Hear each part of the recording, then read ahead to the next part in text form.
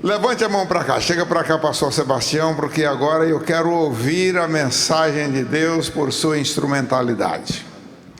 Deus bendito, aqui estamos nós, pastores, presbíteros, diáconos, diaconisas, irmãos, irmãs, líderes, não só homens, mas todos nós estamos aqui neste momento, depois de receber tantas ministrações da tua palavra, de tantas outras maneiras, agora nós queremos recebê-la na proclamação da mensagem da palavra do Senhor, da Bíblia.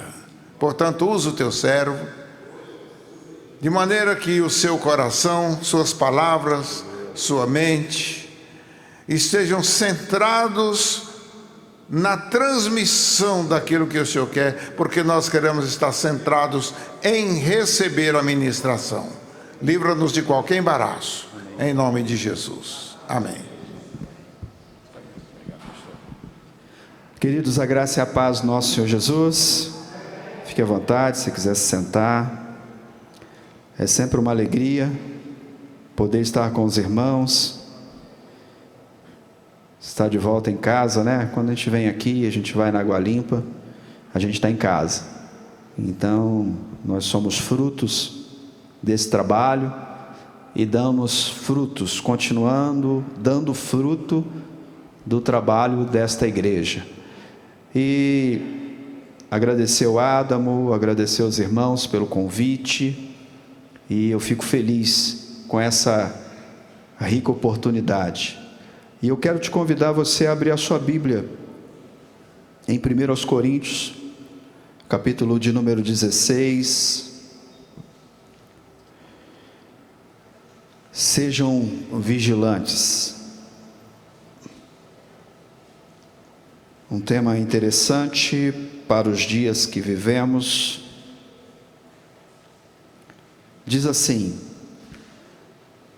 sede vigilantes, permaneceis firmes na fé, portai-vos varonilmente, fortalecei-vos, todos os vossos atos sejam feitos com amor. Pode sentar.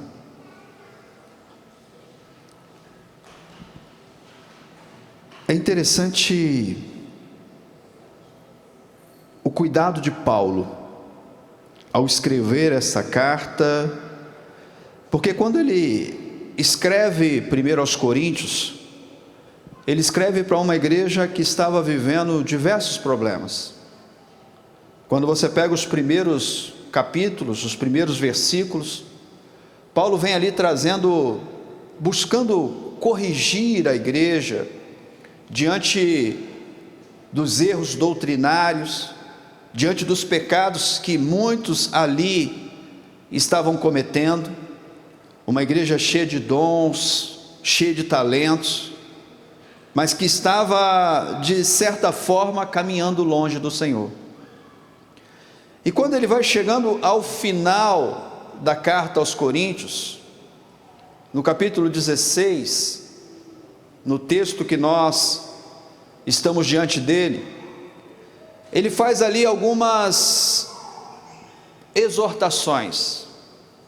Ele chama atenção para algumas situações e principalmente ele chama atenção para a vigilância. E é interessante porque essa palavra sede vigilantes, né, ou o verbo vigiai, que no grego é o Gregório, este é o termo, ele aparece 21 vezes só no Novo Testamento. A palavra vigiar, ela aparece 61 vezes em toda a Bíblia. Então é um alerta, não é, pastor Wilson? Se aparece tanto é porque a gente tem que tomar atenção, ter mais atenção. E Paulo, quando ele escreve aos Tessalonicenses, no capítulo de número 5, no versículo 6, ele diz o seguinte: assim pois, não durmamos como os demais, pelo contrário, vigiemos e sejamos sóbrios. Então Paulo havia uma preocupação dele com as igrejas nas quais ele tutoriava, que elas mantivessem a vigilância. Eu creio que nenhum de nós tem dúvidas que esse tempo é um tempo de vigilância. Eu creio que nenhum de nós tem dúvida que o inimigo de nossas almas, ele tem pelejado dia após dia para afastar, para derrubar, para deturpar os ensinamentos, para fazer com que os cristãos cada dia mais se esfriem na fé, se distanciem do Senhor. Eu creio que nenhum de nós temos dúvidas acerca disso.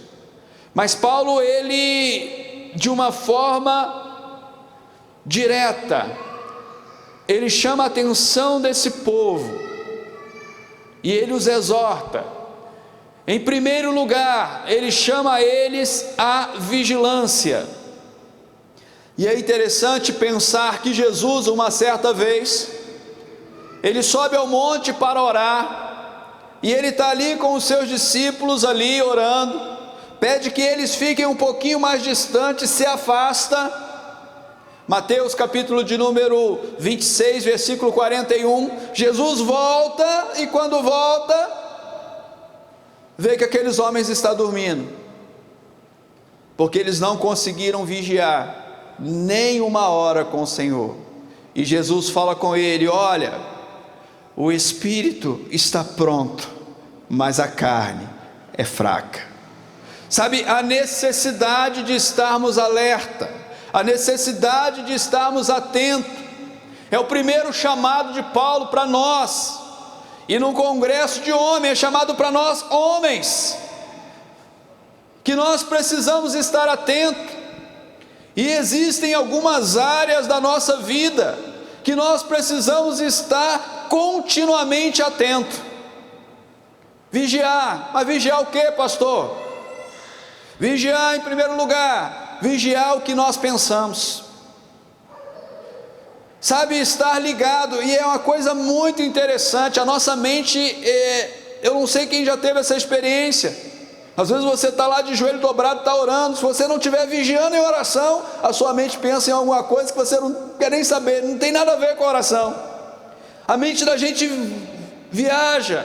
Às vezes você está dirigindo, se você não tiver com a mente ligada naquilo que você está fazendo, a sua mente dá um passeio em tantos lugares e fica distante de onde você está. Em primeiro lugar, nós precisamos vigiar a nossa mente.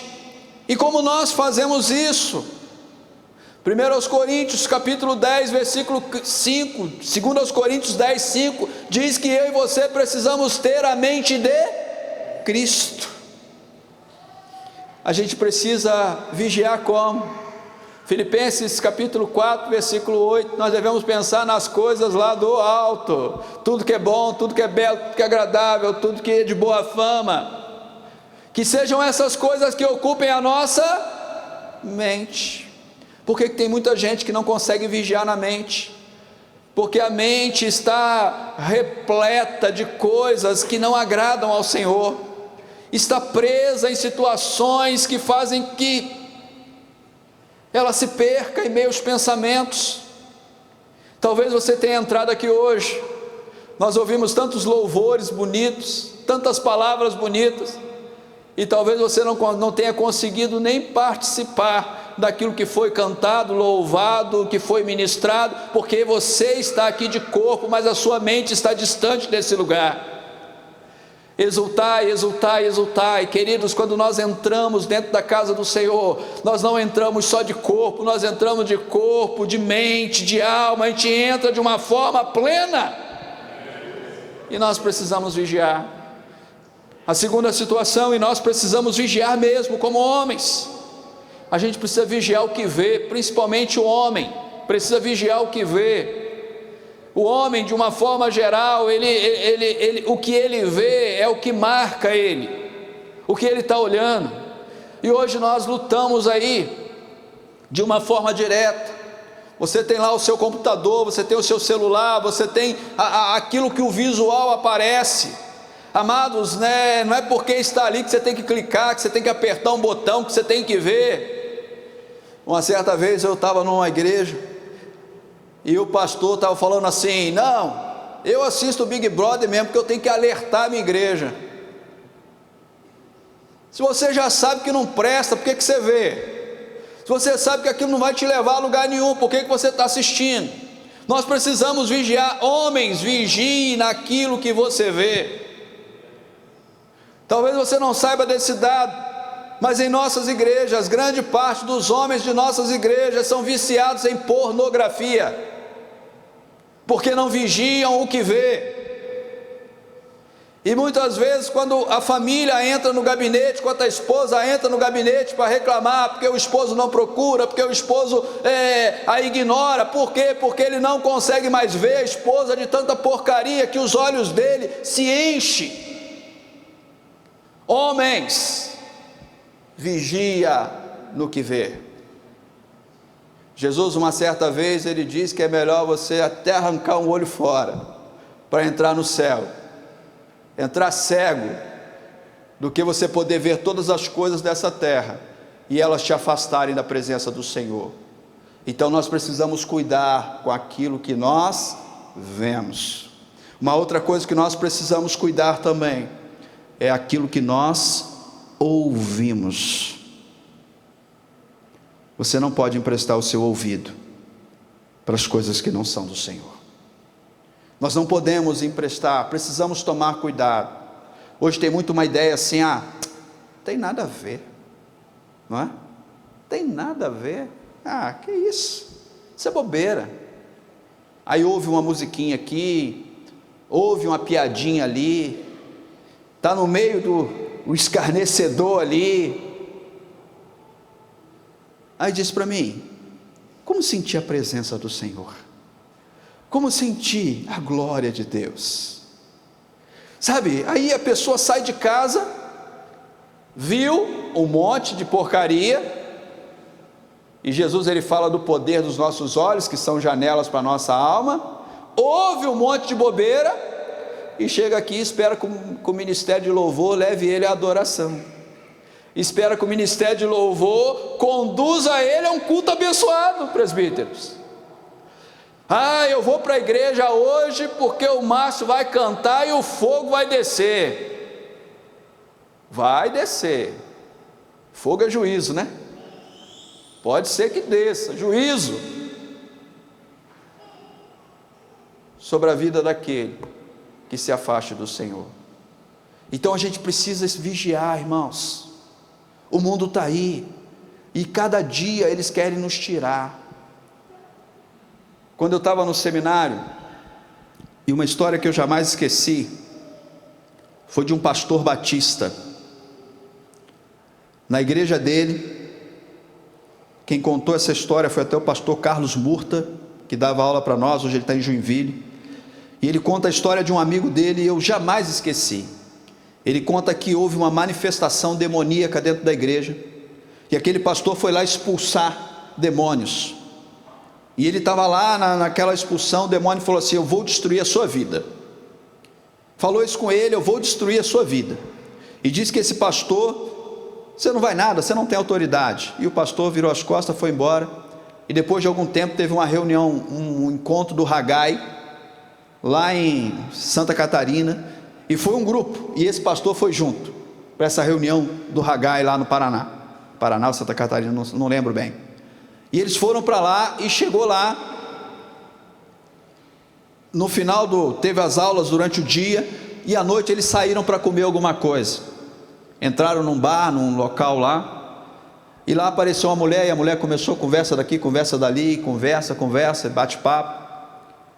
Ao final da conversa, ele vai com essa mulher para o quarto, e ali eles continuam conversando. A mulher estava hospedada no mesmo hotel do que ele, e ali eles entram, e ao final da relação ela olha para ele, e ele conta para o pastor que quando ela olhou para ele, ele viu a face do inimigo nos olhos dela, dizendo para ele assim: eu não falei que eu ia destruir a sua vida.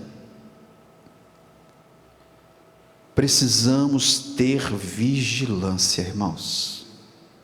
Precisamos vigiar, porque o inimigo não brinca de ser inimigo. Nós não podemos brincar de ser cristãos. Nós não podemos brincar de ser homens e mulheres de Deus. Nós precisamos assumir a nossa identidade em Cristo. E por isso nós precisamos vigiar mesmo naquilo que pensamos, naquilo que vemos, naquilo que ouvimos, e nós precisamos vigiar naquilo que nós falamos. Precisamos vigiar no nosso linguajar, no nosso falar.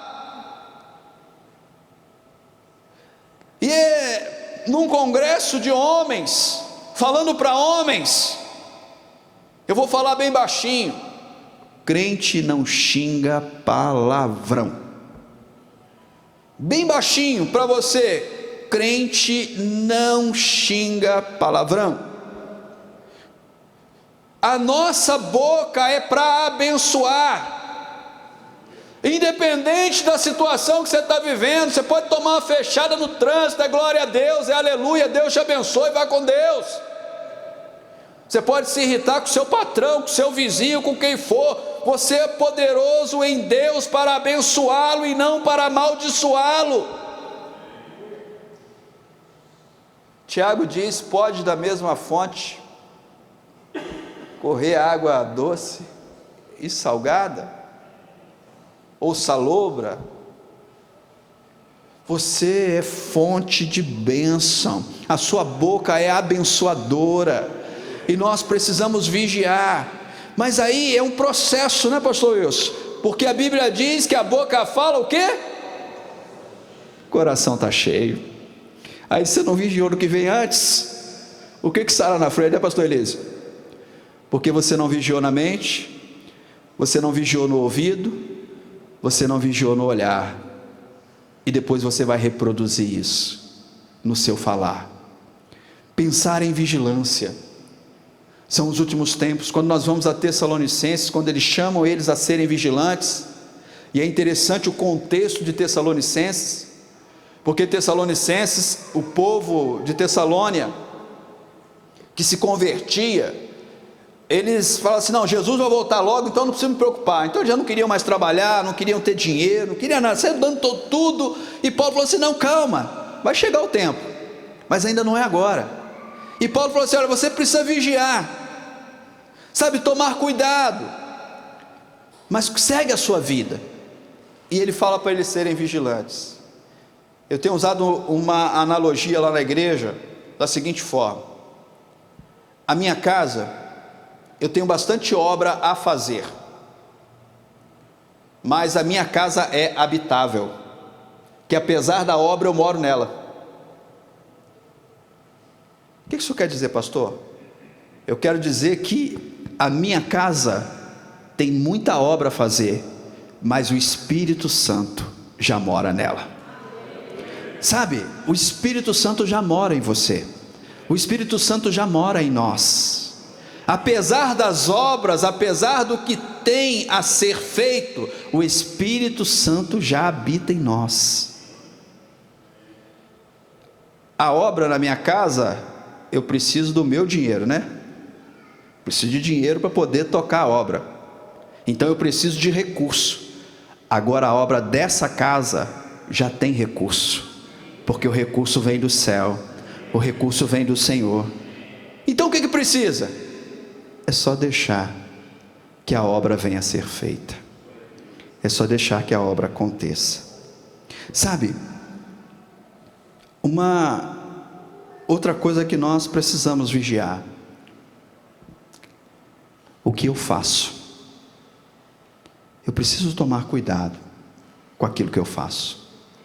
Sabe por quê? Porque o que eu faço, ele sempre vai refletir, sejam coisas boas ou coisas ruins. Na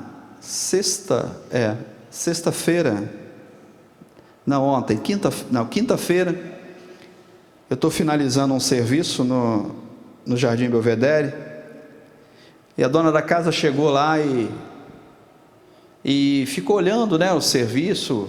Eu tinha tirado algumas fotos antes, passei para ela depois, e ela virou para mim e falou assim: seu Sebastião, eu já estou com saudade do Senhor. E olha que eu ainda tenho mais alguns dias lá ainda, vou trabalhar mais 2 dias. Eu já estou com saudade do Senhor. Porque o tempo que o Senhor está aqui está um tempo de paz tão grande, que eu já estou sentindo falta do Senhor nesse lugar. Há um tempo atrás, umas 2 semanas, ela encostou com o carro, deu uma arranhada com o carro. E chegou assim, ela falou assim, não estou bem hoje, tudo. Eu falei, não, isso acontece, nem todos os dias nós estamos bem. E ela falou assim, fui fazer uma curva, não calculei direito, arranhei o carro e tudo. Eu falei assim, mas carro, daqui a pouco a senhora manda arrumar, de repente tem seguro. Não é o que a gente quer, não é o que a gente gosta. Mas, pensa se, ao invés de arranhar o carro, a senhora atropela alguém, sofre um acidente, né? De repente a senhora arranhou ali para parar, porque coisa pior poderia estar na frente. E ela parou assim e falou assim, eu não tinha visto por esse lado. Aí entrou e falou assim, o senhor quer um café? Eu falei, quero. Aí ela entrou, fez um café, voltou e falou comigo assim, sabe que eu estou me sentindo melhor agora? Sabe, aquilo que a gente faz é muito importante, irmãos. A nossa maneira de se portar é muito importante. Sabe, o nosso testemunho é fundamental. É um tempo de vigilância. Sabe, e quando eu penso sobre isso, a primeira exortação dele é para que você vigie. Só que ele não para aí. Porque ele diz assim, permaneceis firmes na fé. O tempo de pandemia foi um tempo assim terrível, né? Quantas pessoas que afastaram nesse tempo não voltaram até hoje, né, pastor? Não conseguiram voltar para a presença do Senhor. E quantos que aqui estão também que estão só de corpo, né? Está só cumprindo o ato protocolar. Vou lá porque senão a irmã Vera vai ligar, vou lá porque senão o pastor vai me visitar, vou lá porque... Mas não consegue vir por causa do Senhor. Passa 3 então, que é menor, Getulândia, então aí que o ato protocolar é mais fácil, né? Que é mais longe e tal, a igreja, não é lá, você não, vou lá porque senão ele aparece lá, né? Senão o Vadinho aparece, não, vou ter que ir lá. Aí quando fala, gente, vou precisar de fulano, aí você olha para cima, para baixo assim, já fecha a cara, tal dia, fala um dia diferente, a cara já fecha. Sabe, pessoas que não conseguem essa estabilidade. Sabe, e é interessante a gente pensar Paulo falando isso, porque quando ele chega no final de 1 aos Coríntios 15, ele fala novamente sobre estabilidade. Mas ele fala sobre estabilidade num contexto sobre salvação, sobre quem vai herdar o céu, sabe, daqueles que vão ressuscitar primeiro, daqueles que vão ser arrebatados. Aí Paulo ele vira para aquele povo e fala assim, portanto meus amados irmãos, sede firmes, constantes, sempre abundantes na obra do Senhor, sabendo que o vosso trabalho não é vão no Senhor. Sabe, ele fala de estabilidade, ele fala de se manter firme. Tem pessoas que elas vivem picos espirituais. Tem uma época que ela não falta um culto, vai monte, vai para oração e faz tudo. Aí tem época que ela está lá, mas só a misericórdia de Deus. Tem alguns irmãos que é fácil de você medir o nível espiritual deles, porque eles são numa igreja que te exige terno, gravata, você não pode pregar sem terno, você não pode ir para a igreja sem terno, sem gravata. Aí você começa a ver sol quente, 40 graus, 3 horas da tarde, está o irmão lá na praça, pregando, falando do amor de Deus, aquela coisa linda. Você passa, o pessoal chamando ele de doido, mas para quem conhece as coisas loucas de Deus, você fala glória a Deus por isso. Você vê que a pessoa pregando lá, aí chega um tempo, daqui a pouco ele está de bermuda, chinelo, e você passa por ele e não te dá paz do Senhor. Você sabe que ele está na parte de baixo do pico, né? Porque quando ele está na parte alta, ele está ali, está no monte de lugar. O nosso é mais difícil de identificar, né? A gente que é igreja tradicional, não dá para identificar pela roupa, mas dá para identificar pelas atitudes. O testemunho começa a mudar, as atitudes começam a mudar, e você começa nessa instabilidade. Aí você pensa, já pensou Jesus voltando quando você está lá embaixo? Estiver na baixa? Se você não tiver numa estabilidade. E é interessante porque uma vez eu preguei para a igreja de Getulândia, esse é o mote de Getulândia, e eu estudando esse texto, sobre, portanto, meus amados irmãos, sede firmes e constantes. A ideia do constante, do grego aqui, é como o ato de barbear. Ninguém vem e faz só metade da barba, igual o pastor chegava e falava assim, não, hoje eu vou lá em Volta Redonda, vou tirar um lado do bigode, aí agora amanhã eu estou em Piraí, eu vou tirar o outro. Ninguém faz isso. Ou você faz a barba por completo, ou você nem faz, não é? Imagina o irmão do teclado ali e fala assim, não, hoje eu vou tocar, vou tirar só metade da barba, né? Eu vou tirar metade hoje, quem sabe na quinta-feira eu tiro o outro lado. Ia chegar na igreja, ué irmão, que você está bem mesmo? Como é que você está? Porque é assim que a gente olha aqueles que não são estáveis no Senhor, porque uma hora está com um lado só da barba, aí tem uma época que está barbudo por completo. Ser constante é manter, é você começar algo e ir até o final. Jesus nos chamou para começar e ir até o final, sabe, é até a salvação em Cristo Jesus, queridos, é até o último dia, porque só tem duas maneiras de entrar na eternidade, só há duas maneiras para a gente entrar na eternidade: ou você vai entrar pela morte, você morreu e vai para a eternidade, ou você vai entrar quando o Senhor vier e buscar a igreja.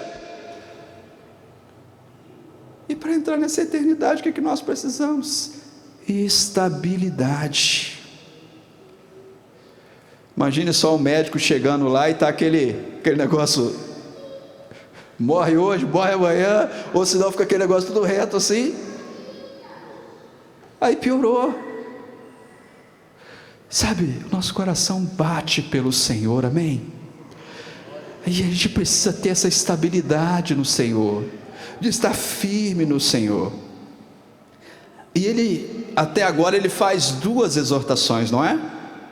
Ele fala para eles vigiarem, fala para que eles sejam firmes e constantes, quer dizer, sejam estáveis, e ele faz uma outra exortação para ele: portai-vos varonilmente.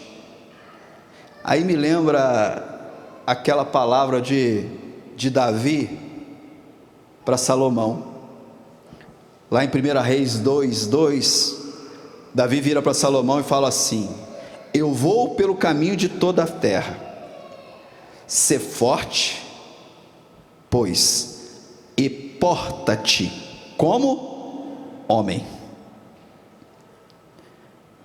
Varões, porte-se como homem.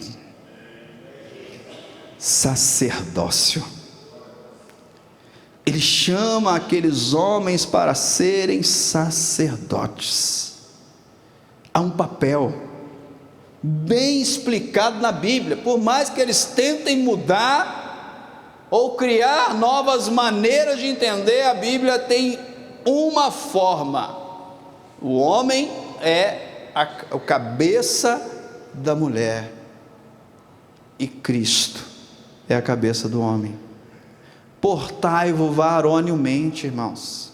Toma atitude, toma posição. Sabe, Deus, Ele te colocou em uma posição de responsabilidade. É igual, a gente tem muito isso, né? E a gente devia até ter vergonha às vezes. Nossa, minha mulher é mulher de oração, né? Uma ora muito mesmo. Glória a Deus, porque sua mulher ora muito, mas você também tem que orar, ué. Ó, minha mulher ora tanto que ela ora por mim e por ela. Você não tem que ter vergonha de falar um negócio desse.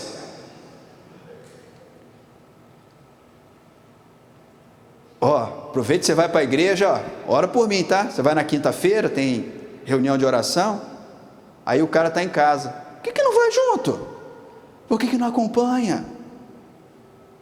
Sabe, a Bíblia diz que nós, homens, nós purificamos a nossa esposa através da palavra. O seu primeiro ministério é a sua família. O seu primeiro ministério é a sua casa. A sua esposa pode ter o pastor na igreja, mas ela tem que ter um pastor dentro de casa. Ela tem que ter um homem que direcione ela no caminho do Senhor. Precisa ter um homem que oriente os filhos, que ensine os filhos. E ele exorta o povo em Coríntios. Se você ler a história da igreja, você vê que eles precisavam de exortação. É uma igreja que precisava mesmo ser chamada a atenção, onde os homens precisavam ser chamados à responsabilidade. Nós precisamos ter responsabilidades como homens.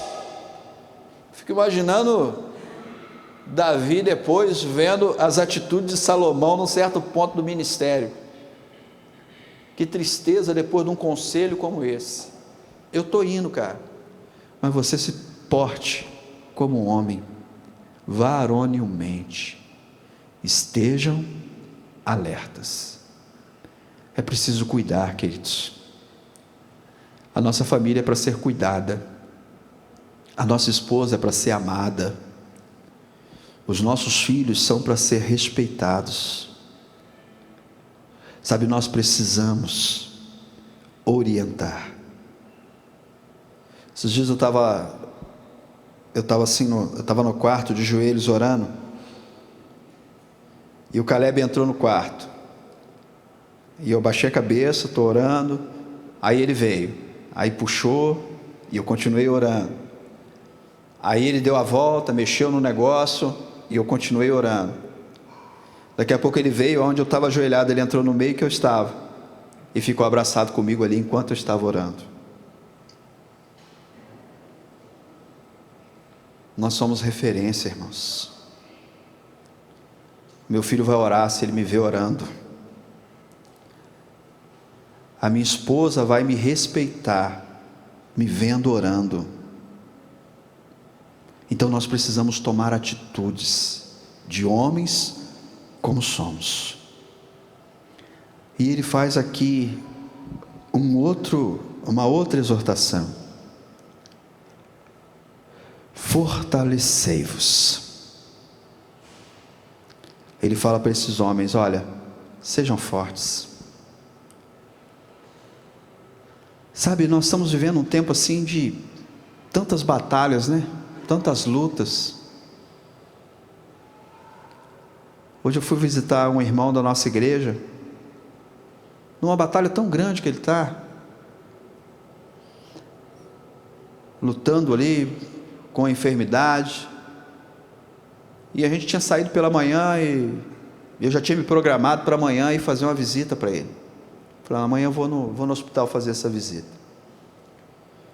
E eu almocei, falei: vou deitar um pouquinho, e assim, na hora que eu encostei assim, só vinha o irmão na mente. Falei assim: não tem jeito. Aí levantei, mudei de roupa, e fui para o hospital fazer a visita. Quando eu cheguei lá, e o pastor estava pensando no Senhor. Sabe que coisa assim? E eu vendo ali a batalha, a luta que o irmão está enfrentando. E quando eu estava descendo, um conhecido meu, de quando eu fui guarda municipal, ele: pô, minha filha está indo para um socorro. Ô Chagas, você não vai lá orar por ela não? Eu falei: vou. Eu fui lá, tive a oportunidade de orar para uma outra pessoa. Deus tem seus planos, Deus tem seus meios, e Ele nos incomoda para que a gente possa fazer a vontade dEle, não a nossa, mas a vontade dEle. E eu fui ali, vi aquela visita, e eu vi o irmão assim, apesar da dificuldade, se mantendo firme. Para aquilo que ele está passando, eu falei assim: irmão, está forte, está sendo forte. E às vezes nós desabamos, irmãos, diante de coisas que são tão pequenas. Às vezes passamos assim por lutas gigantes, e diante de uma coisa pequena a gente desaba. E quando eu falo isso, nos faz lembrar do profeta Elias. Desce fogo do céu, mata sacerdote, tudo. Daqui a pouco a mulher falou assim: eu vou te matar. Quer dizer, ele enfrentou tantas coisas grandes e diante de uma coisa pequena. Aí Provérbios ele fala para nós que se te mostra fraco no dia da angústia, pequena é a tua força. Josué, quando ele estava para assumir à frente do povo de Israel, Josué capítulo 1 versículo 7 diz assim: tão somente esforça-te e tem muito bom ânimo, cuidando de fazer conforme a lei que meu servo Moisés te ordenou. Não te desvies dela, nem para a direita, nem para a esquerda, a fim de que sejais bem-sucedido por onde quer que andares. Sabe, o que nos mantém forte não somos nós verdadeiramente, é o Espírito Santo que habita em nós.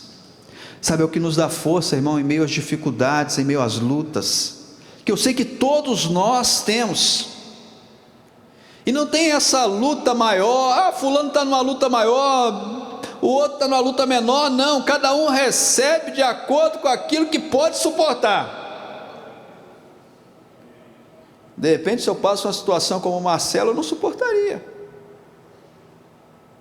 mas de repente daquilo que eu vivo também, se ele passa, ele não suportaria, porque cada um tem as suas lutas, as suas dificuldades, e Deus dá a cada um de nós condições de vencer, porque no Senhor Ele nos faz forte, porque em Cristo nós somos mais do que vencedores, porque se Deus é por nós, quem será contra nós? Mas quando a palavra ela está dentro do nosso coração, a gente encontra força. Mas quando nós estamos distantes da palavra, a gente não tem aquilo que nos inspira, aquilo que nos levanta, aquilo que nos coloca de pé, porque é a palavra de Deus que nos sustenta, irmãos. Nós somos sustentados pela palavra do Senhor. Paulo escreve para esse povo, porque sabia que aflições viriam sobre aquela igreja.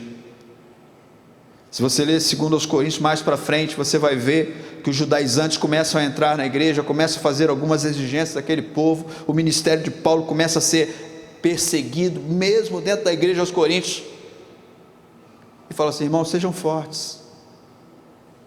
Olha o que nós estamos vendo num contexto nacional, num cenário nacional, irmãos. Nós, como igreja do Senhor Jesus, no Brasil, precisamos ser fortes, para poder suportar aquilo que vem por aí, aquilo que a igreja vai sofrer, porque a Bíblia diz que a igreja vai sofrer, pode não ser amanhã, pode ser depois, mas a igreja vai sofrer, e nós precisamos ser fortes. E ele termina as suas exortações no versículo 14 dizendo: todos os vossos atos sejam feitos com amor.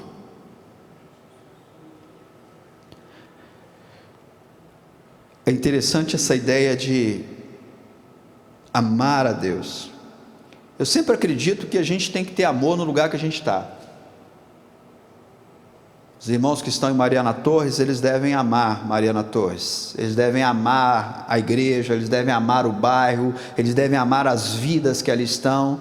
Os irmãos que estão em Vila Muri, eles devem amar a igreja de Vila Muri, eles devem amar os pastores de Vila Muri, devem amar o bairro de uma forma geral, porque é movido por esse amor, sabe, é movido pelo amor, porque a igreja ela precisa ser movida pelo amor, principalmente quando nós lemos Mateus 24, que diz que o amor de muitos esfriará, que vai chegar um momento que aquilo vai acabar, ou que aquilo vai se esfriar, mas isso não pode esfriar do nosso coração, porque não diz que é o amor de todos, diz que é o amor de muitos. Então ainda vai haver pessoas que amam, independente das situações que passam, ainda vai haver pessoas que amam. Eu acredito que as igrejas elas devam mesmo continuar honrando os seus pastores, honrando os seus líderes, porque eu tenho um princípio, querido, que é tremendo, que é o princípio da honra. Pode ter certeza, se você honrar o seu pastor, se você honrar a sua igreja, você vai prosperar em todo tempo. Pessoas e igrejas que não honram os seus pastores, eles vivem em sofrimento. Mas aí tem algo que eu quero também te chamar a atenção: não faça nada pensando que você está fazendo para o seu pastor. Tudo que você fizer, faça para o Senhor, até mesmo honrando o seu pastor, por amor a Deus, porque a Bíblia diz, a palavra de Deus ela diz, quando nós vamos a Colossenses, no capítulo 3, no versículo 23, diz: e tudo quanto fizeres, fazei-o de coração, como ao Senhor, e não aos homens. É a Ele em primeiro lugar, sabe, é para Ele em primeiro lugar. Por quê? Porque eu amo a Deus. Sabe, essa ideia de amor a Deus é algo assim, seria algo meio que utópico, né? Porque você amar aquilo que você vê é muito fácil, né? Você está vendo, você está sentindo, é fácil. Agora você amar aquilo que você não vê, quando Jesus ele fala qual é o mandamento, quais são os mandamentos, perguntam para ele, e ele diz: amará o Senhor teu Deus de todo o teu coração, de toda a tua alma e de todo o teu entendimento. Só que, apesar da minha ideia ser utópica, o meu amor é lógico, porque eu entendo a quem eu amo, eu sei a quem estou amando, porque antes de eu amar a Ele, Ele me amou primeiro. Romanos diz que Ele nos amou quando nós ainda éramos pecadores. E eles são bem, como se diz, bem, Paulo aqui, usado pelo Senhor aqui, ele é bem complacente conosco, né? Quando ainda éramos pecadores, né? Como se nós não pecássemos mais, como se nós não falhássemos mais, mas sabendo que o amor de Deus é tão grande que Ele encobre uma multidão de pecado, e independente de qualquer coisa, Ele continua nos amando, aleluia, porque Jesus Ele nos ama. Nesse congresso de homens, fica para nós esse alerta, fica para nós essa necessidade, tema tremendo: estejam vigilantes. Não podemos distrair, irmãos.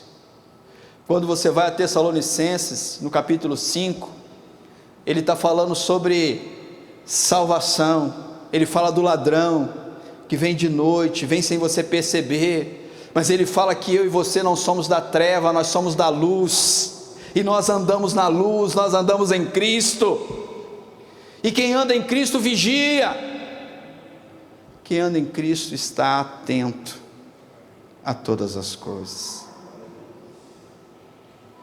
Então, esteja vigilante, vigie o seu olhar, vigie o seu falar, vigie o seu ouvir, vigie o seu fazer. Esteja vigilante a todas as coisas, seja estável, seja constante, seja forte, busque do Senhor essa força, e ame com o amor de Deus, e ame com o amor de Deus. Com a permissão do pastor Wilson, eu quero te convidar a ficar de pé.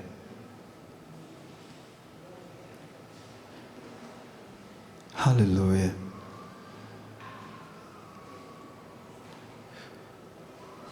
Talvez você que hoje ouviu essa palavra esteja vivendo momentos na sua vida que eu estou falhando aqui, estou falhando ali.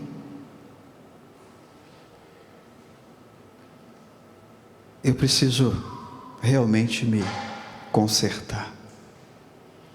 Eu preciso colocar minha vida no altar de Deus, sabe? E a gente vive isso, todos nós. Às vezes nós estamos assim meio que levando o evangelho meio que na corda bamba, né? Um pé vai para lá, outro vai para cá, cai, não cai, fica, anda mais um pouquinho.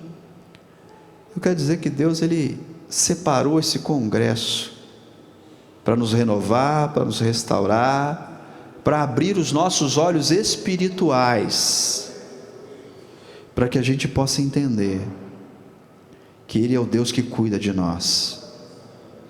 Você está aqui porque Deus te ama. Você está aqui porque o amor de Deus está sobre a sua vida.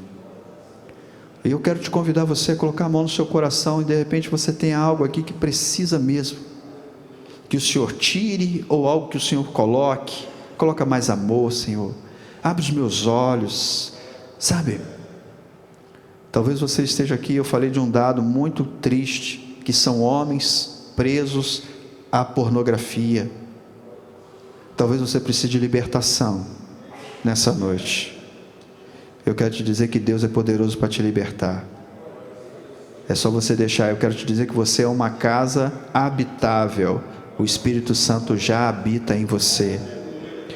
O Espírito Santo já está na sua vida e Ele quer continuar a fazer a obra. Deus, em nome de Jesus, nós te louvamos. Te bendizemos, Senhor, na beleza da Tua santidade, e eu quero nesse momento, Deus, colocar os nossos corações diante do Senhor. A Tua palavra diz que o Senhor é um Deus que sonda, que conhece, ó Deus, o nosso andar, o nosso deitar, o nosso levantar. Ó Deus, o Senhor conhece todas as coisas e o Senhor sabe, ó Deus, o que cada um que aqui está, ele está vivendo, o que cada um está passando. O Senhor conhece as lutas, as dificuldades, ó Deus, o Senhor conhece as limitações, ó Deus, e diante dessa palavra, desse tema, sejam vigilantes, ó Deus, naquilo que nós estamos falhando, naquilo que nós estamos errando.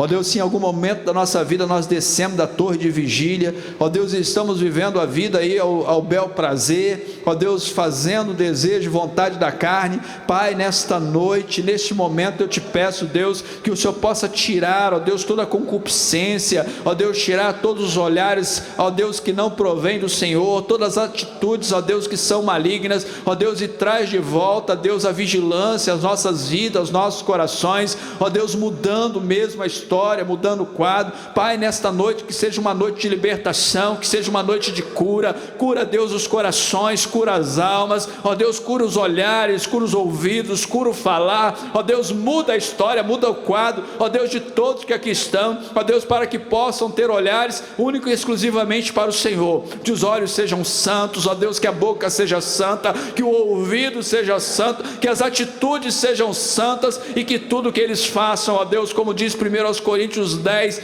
ó Deus, no versículo 31, ó Deus, façam, ó Deus, para a glória do Senhor, que eles glorifiquem o Senhor, ó Deus, em todo tempo, em todas as atitudes, ó Deus, que o Senhor possa mesmo derramar, ó Deus, e renovar o Teu Espírito Santo,